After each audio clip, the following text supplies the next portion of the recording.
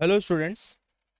तो बच्चों, आज हम करने वाले हैं पाइथागोरस थ्योरम। ठीक है, 15 मिनट के अंदर अपन ये पूरा कॉन्सेप्ट समझेंगे और इस पे बेस्ड किस किस वेरिएशन की प्रॉब्लम्स आप लोगों से पूछी जा सकती है। ठीक है, प्रूफ आप सिमिलरिटी से कर सकते हो। पाइथागोरस थ्योरम का आप लोगों को पता होगा कि राइट एंगल ट्राइंगल में एप्लीकेबल होता है। हाइपोटेनस का square equals to base square plus perpendicular square होता है। ठीक है, वन बाय वन आप आगे जाते जाते इसका ना इन डेप्थ कि कहाँ कहाँ हम ये चीजें यूज कर सकते हैं। जैसे मैं आपको एक छोटा सा एग्जांपल बताऊं तो स्टुअर्ट थ्योरम है, अपोलियस थ्योरम है, मीडियंस का स्क्वायर से जो रिलेशन बनता है साइड्स के स्क्वायर का, वहां पे भी हम पाइथागोरस थ्योरम को हम यूज करते हैं। ठीक है, अभी हम सिर्फ बात कर रहे हैं बेसिक पाइथागोरस थ्योरम की कि कहाँ कहाँ इसको यूज किया जा सकता है। कि एक राइट एंगल ट्राइंगल के अंदर है और हाइपोटेनस का स्क्वायर जो हो base square plus perpendicular square होता है। ठीक है, उसके अलावा अगर मैं ध्यान से देखूं कि एक क्वाड्रिलेटरल है जिसके डायगोनल्स एक दूसरे को 90 डिग्री पे इंटरसेक्ट कर रहे हैं। ठीक है ना, क्या है ध्यान से समझिएगा। एक डायगोनल है, क्वाड्रिलेटरल है जिसके डायगोनल्स एक दूसरे को परपेंडिकुलर इंटरसेक्ट कर रहे हैं। ठीक है, तो उस पर्टिकुलर केस में क्या होगा ध्यान से समझिएगा। अपोजिट साइड्स के स्क्वायर का सम हमेशा इक्वल होता है। That means in quadrilateral ABCD, if AC is perpendicular to BD, that we can say that AD square plus BC square is equals to AB square plus CD square. Opposite sides के square का सम हमेशा क्या होगा बच्चों, equal होगा। चाहो तो आप इसको ऐसे भी प्रूफ कर सकते हो। ध्यान से देखिएगा कि A D square equals to, अगर मैं इसको ई मान लू, A square plus E D square. ठीक है ना, इसका प्रूफ अगर आप चाहो तो A D square equals to क्या हो जाएगा बच्चों, A square plus E D square हो जाएगा। और इधर से अगर मैं बी सी स्क्वायर को लेता हूं, that will be what, B square plus इसी स्क्वायर। ठीक है, अब एक काम करो, इन दोनों इक्वेशंस को जब आप ऐड करोगे, दोनों इक्वेशंस को जब आप ऐड करोगे, ठीक है, तो यहां पे अगर आप A square plus E B square देखोगे तो it will become what, A B square बन जाएगा और E D square A C square will become what, C D square बन जाएगा। ठीक है, तो अगर ये रिजल्ट याद होगा तो डायरेक्टली आप इसको अप्लाई कर सकते हो। अब पॉइंट ये आता है कि सर ऐसे कौन कौन से क्वाड्रिलेटरल हैं जहां पे डायगोनल्स एक दूसरे के परपेंडिकुलर होते हैं। तो एक तो स्पेशल केस ये हो सकता है कि आपको डायरेक्टली बोल भी दे। दूसरा, अगर आप देखोगे रोम्बस में ऐसा होता है, स्क्वायर में ऐसा होता है और काइट के अंदर भी ऐसा होता है। आई बात समझ में? ठीक है, सेकंड केस ध्यान से समझिएगा। सेकंड केस कहां पे हम इसको यूज कर सकते हैं कि अगर एक ट्राइंगल एबीसी है और उसका एक एल्टीट्यूड ड्रॉ कर दिया एडी, और इस एल्टीट्यूड पे रैंडमली कोई भी एक पॉइंट ले लिया ई, रैंडमली कोई भी एक पॉइंट ले लिया ई, अगर आप लोगों ने, ये पॉइंट कहीं पे भी हो सकता है, बीडी पे भी हो सकता है और बीडी को एक्सटेंड करने के बाद भी हो सकता है। तो यहां से जो रिजल्ट आएगा वो ये निकल के आएगा कि A B square plus alternate चलेंगे, E C square is equals to B C square plus A square. Alternate जाने की हम यहां पर सोचेंगे। आई बात समझ में? ठीक है, तो इस टाइप की प्रॉब्लम के अंदर भी इस चीज को हम यूज कर सकते हैं। थर्ड वन इज व्हाट, कि अगर एक राइट एंगल ट्राइंगल दिया हुआ है, राइट एंगल ट्राइंगल दिया हुआ है और उसके बेस एंड एल्टीट्यूड के ऊपर रैंडमली अगर आपने कोई भी दो पॉइंट उठा लिए, ई और डी मीडियन वाला एक स्पेशल केस भी हो सकता है कि E and D R the mid point, but एक स्पेशल केस भी है ये। उसके अलावा डी और ई कहीं पे भी हो सकते हैं, कहीं पे भी हो सकते हैं, कुछ भी हो सकते हैं। उस केस में भी A C square plus E D square, A C square सबसे बड़ा डायगोनल, सबसे छोटा डायगोनल का सम, मीडियन जो डायगोनल्स है, मीडियन डायगोनल, मीडियन हाइपोटेनस बोल दे या फिर क्या बोलते हैं बीच वाले हाइपोटेनस बोल दे, उनके सम के इक्वल हमेशा होगा। ठीक है, इसको भी आप सिंपल पाइथागोरस थ्योरम से याद प्रूव कर सकते हो। ठीक है, यहाँ पे 7 वर्ड आपको ध्यान से देखिएगा। 7 मतलब एक वर्टेक्स से जाने वाला कोई भी लाइन। ठीक है, तो लार्जेस्ट हाइपोटेनस का स्क्वायर प्लस स्मॉलेस्ट हाइपोटेनस का square equals to sum of square of two cevians. ठीक है ना, AD and C are what, the cevians, ठीक है। तो यहाँ पे भी इसका यूज किया जा सकता है, ठीक है। तो अब हम इन पे बेस्ड 3 जो कॉन्सेप्ट हमने देखे हैं, पहला अगर डायगोनल्स परपेंडिकुलर हो उस केस में क्या कर सकते हैं, दूसरा एक ट्राइंगल के अंदर अगर हमने एल्टीट्यूड ड्रॉ कर दे, एल्टीट्यूड पे कोई भी एक रैंडमली पॉइंट ले लिया, उन पॉइंट्स को रिमेनिंग 2 वर्टेक्स से अगर हम ज्वाइन कर दें तो क्या रिलेशन आता है, अल्टरनेट स्क्वायर का सम हमेशा इक्वल होता है। तीसरा हमने क्या देखा, यहाँ पे एक राइट एंगल ट्राइंगल दिया हुआ है, उस राइट एंगल ट्राइंगल के अंदर कोई 2 सेवियंस आप लोगों ने ड्रॉ की है, तो सेवियंस के स्क्वायर का sum is equals to largest hypotenuse का स्क्वायर प्लस स्मॉलेस्ट हाइपोटेनस का स्क्वायर होता है, ठीक है। तो फटाफट से करते हैं, एबीसीडी एक क्वाड्रिलेटरल है, एसी एंड बीडी इसके डायगोनल है, ध्यान से समझिएगा। अगर ए बी सी डी एक क्वाड्रिलेटरल है, एसी एंड बीडी इसके डायगोनल्स दिए हुए हैं, सच दैट ए बी का वैल्यू 6 दिया हुआ है, सी डी का वैल्यू 8 दिया हुआ है, ए बी का वैल्यू 6, बी सी का वैल्यू 5 दिया हुआ है, ए डी का वैल्यू पूछा है और आपको बोला गया है डायगोनल्स आर परपेंडिकुलर। तो मैं यहां से लिख सकता हूं 5 square plus x square equals to 6 square plus 8 square. तो एक्स स्क्वायर का वैल्यू यहां से 75 आ जाएगा, एक्स का वैल्यू यहां से 5√3 आ जाएगा। सिंपल सिंपल सिंपल, ठीक है। अगर रिजल्ट याद है तो विद इन 30 सेकेंड आप ये प्रॉब्लम कर सकते हो, अगर रिजल्ट याद नहीं है तो प्रॉब्लम तो देखो हो जाएगा बट थोड़ा सा समय लगेगा। अगला देखिएगा क्वेश्चन क्या है, ABCD is a quadrilateral AC and BD are diagonal which intersect at the right angle।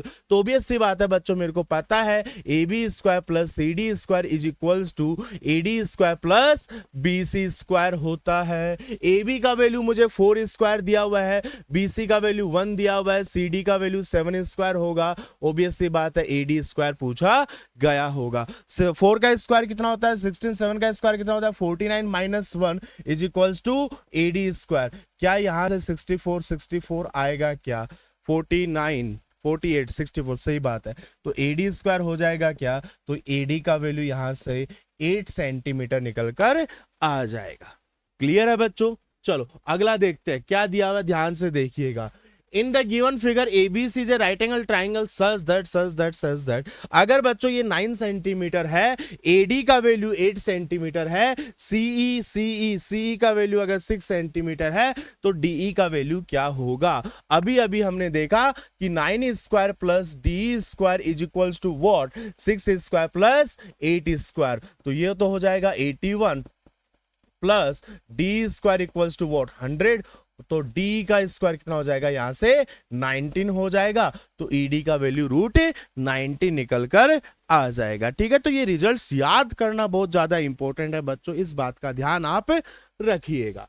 अगला प्रॉब्लम ध्यान से देखिएगा, लेंथ ऑफ कॉमन टेंजेंट भी हम यहां से कैलकुलेट कर सकते हैं। आप लोगों को पता होगा कोई 2 सर्कल है, इंटरसेक्टिंग हो सकते हैं, डिसजॉइंट सर्कल हो सकते हैं कि कोई भी कॉमन पॉइंट ना हो, दोनों अलग अलग हो सकते हैं, वहां पे लेंथ ऑफ कॉमन टेंजेंट भी हम कैलकुलेट कर सकते हैं। ध्यान से समझिएगा, लेंथ ऑफ कॉमन टेंजेंट में भी 2 चीजें होती हैं, direct common tangent and transversal common tangent. अगर बच्चों ये लेंथ R है, ये लेंथ कैपिटल R है, ये 90 डिग्री है, ये 90 डिग्री है, तो हम क्या करेंगे यहाँ पे एक 90 डिग्री और ड्रॉ कर देंगे, यस और नॉट। अगर ये QP x है तो ये भी x होगा, और ये जो D है डिस्टेंस बिटवीन देयर सेंटर होगा।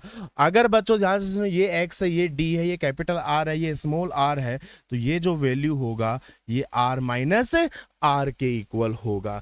तो यहाँ पे length of common tangent which is x square is equals to what, D square plus r minus r का होल स्क्वायर होगा। क्या मतलब length of common tangent will be is equals to का square is equals to distance between their centre का square plus difference of their radius का square यहाँ पे हम कर सकते हैं, ठीक है। अगला ट्रांसवर्सल अगर कॉमन टेंजेंट निकालनी हो तो ध्यान से देखिएगा क्या करना होगा।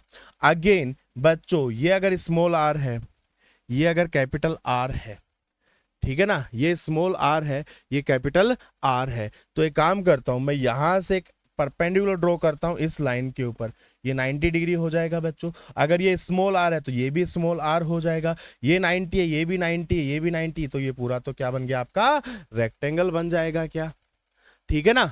दूसरा, अगर ये जो डिस्टेंस है, this is the distance between their centre है, ठीक है, ये r प्लस आर हो चुका है, और ये जो है ये x which is the length of their transversal common tangent, तो यहां से x square is equals to distance between their centre d square minus r plus r का होल स्क्वायर। ये वाला फॉर्मूला हम डायरेक्टली यहां पर यूज कर सकते हैं, ठीक है। तो अलग अलग वेरिएशंस हो सकते हैं डायरेक्ट कॉमन टेंजेंट निकालने के। आई बात समझ में, ठीक है ना। तो जैसा मैंने आपको बताया, direct common tangent distance between their centre minus r1 minus r2 का होल स्क्वायर होता है।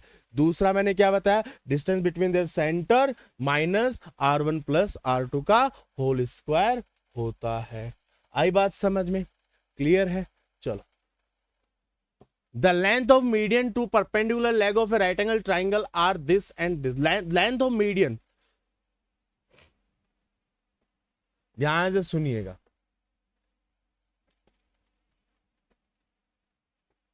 ठीक है। अगर ये A है, ये B है, ये C है, ये D है, ये E है, CD का वैल्यू 10 दिया हुआ है, D का वैल्यू 4√10 दिया हुआ है, तो बच्चों अगर ये x होगा तो ये कितना होगा आपका 2x होगा। तो डायरेक्टली अगर मैं रिजल्ट यूज करता हूं, x square 4x square 10 square 4√10 square लिख सकता हूं क्या। तो कितना आ जाएगा, ये 100, ये 1600 आ जाएगा, टोटल आपका 1600 नहीं 160 आएगा। कितना आएगा, 4√10 है ना, हाँ। तो टोटल आपका 260 आ जाएगा। तो यहां से 5x स्क्वायर का वैल्यू 260 आ जाएगा, x स्क्वायर का वैल्यू 52 आ जाएगा, x का वैल्यू 2√13 आ जाएगा। आपसे पूछा गया लेंथ ऑफ द हाइपोटेनियस पूछा गया विच इज 2x, तो यहां से आ जाएगा 2√13 को 2 से मल्टीप्लाई कर दो 4√13। Two of the median triangle intersect at right angle, ये भी एक बहुत ही अमेजिंग प्रॉब्लम पूछा जाता है बच्चों, ध्यान से समझिएगा कि दो मीडियंस हैं जो एक दूसरे को परपेंडिकुलर पे इंटरसेक्ट कर रही हैं, जो एक दूसरे को परपेंडिकुलर पे इंटरसेक्ट कर रही हैं। तो अगर ये 2y है तो ये y है, सेंट्रोइड उनको 2:1 में डिवाइड कर रहा है। If their length are 16 and 20, तो 3x का वैल्यू 16 हो जाएगा एंड 3y का वैल्यू 20 हो जाएगा। Find the area of the triangle, ध्यान से समझिएगा, ध्यान से समझिएगा, एरिया ऑफ द ट्राइंगल पूछा गया है। तो मैं ये लिख सकता हूं क्या यहाँ पे, area of triangle ABC is equals to 3 times area of triangle BOC। ये बात बोल सकता हूं क्या, आई बात समझ में, ये चीज मैं बोल सकता हूं क्या। और एरिया ऑफ BOC कितना हो जाएगा, 3 into half into 2x into 2y हो जाएगा क्या। क्या ये चीज ध्यान से देखना, 3 into 4/2 into 3x into 3y divide by 9 लिख सकता हूं क्या। क्लियर है, ध्यान से समझना। ये 1/2 तो हम अलग ले लेते हैं, क्या ये 4/3 इंटू 16 इंटू 20 बनेगा क्या। क्लियर है क्या, ठीक है ना। कितना आ जाएगा ये चेक कर लो, 2 जो भी आ रहा है देख लेना, ऐसा कुछ निकल कर आ जाएगा। अब एक चीज और ध्यान रखिएगा, इसी से रिलेटेड मैं बात बता देता हूं। हो सकता है आपको BC का लेंथ पूछ सकता था, हो सकता है आपको AC का लेंथ पूछ सकता था, हो सकता है आपको AB का लेंथ पूछ सकता था। अलग अलग तरीके से आप पाइथागोरस थ्योरम यूज करोगे, चीजें समझ जाओगे, समझ में आ जाएंगी। अगली चीज ध्यान से समझिएगा, अगर आपको किसी भी ट्राइंगल की मीडियंस दे रखी हैं, उन मीडियंस को किसी ट्राइंगल की साइड्स मान के एरिया, नॉर्मल एरिया निकाल लो और उसको 4/3 से मल्टीप्लाई कर देना, चाहे वो राइट एंगल हो चाहे वो राइट एंगल ना हो। ध्यान से समझना, आपको बोला गया कि दो साइड से 16 एंड 20 उनके बीच में 90 डिग्री एंगल, तो ये राइट एंगल ट्राइंगल की साइड से मान लेता हूं 16 एंड 20, तो क्या मैं इसको 16 एंड 20 से मल्टीप्लाई कर देता हूं। फिर मैंने क्या बोला, इस ट्राइंगल को 4/3 से मल्टीप्लाई कर देना, आपका ओरिजिनल ट्राइंगल निकल कर आ जाएगा। चेक करो क्या यही तो निकल के आया था, ये यही तो निकल के आया था, ठीक है, तो ये रिजल्ट भी यूज कर लेना कि area of triangle by sides is equals to 4/3 times area of triangle form by the using the median of that triangle. ये रिलेशन भी आप लोगों को याद रखना है, ज्योमेट्री में बहुत हेल्प आपको देगा।